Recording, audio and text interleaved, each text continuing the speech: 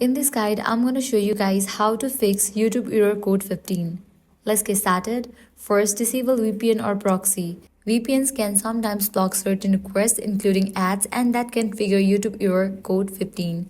Next up, disable ad and blockers. For that, launch YouTube, click on three dots, then navigate to the option Manage Extensions.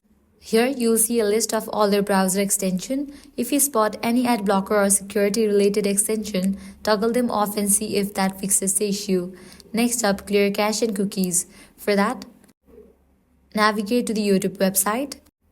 Now over here you're gonna find this icon, click on that. This will open the YouTube settings for the app. If you see app settings, select more settings and permissions to reach this page. Now head over to the option privacy and security. Then navigate to the option Usage and click on Delete Data for it. Once you do this, refresh the page and head back to youtube.com. With these, you'll be good to go, your problem will be fixed. So that's all for this video. If this guide helped you out, do not forget to like, share and subscribe. Thanks for watching.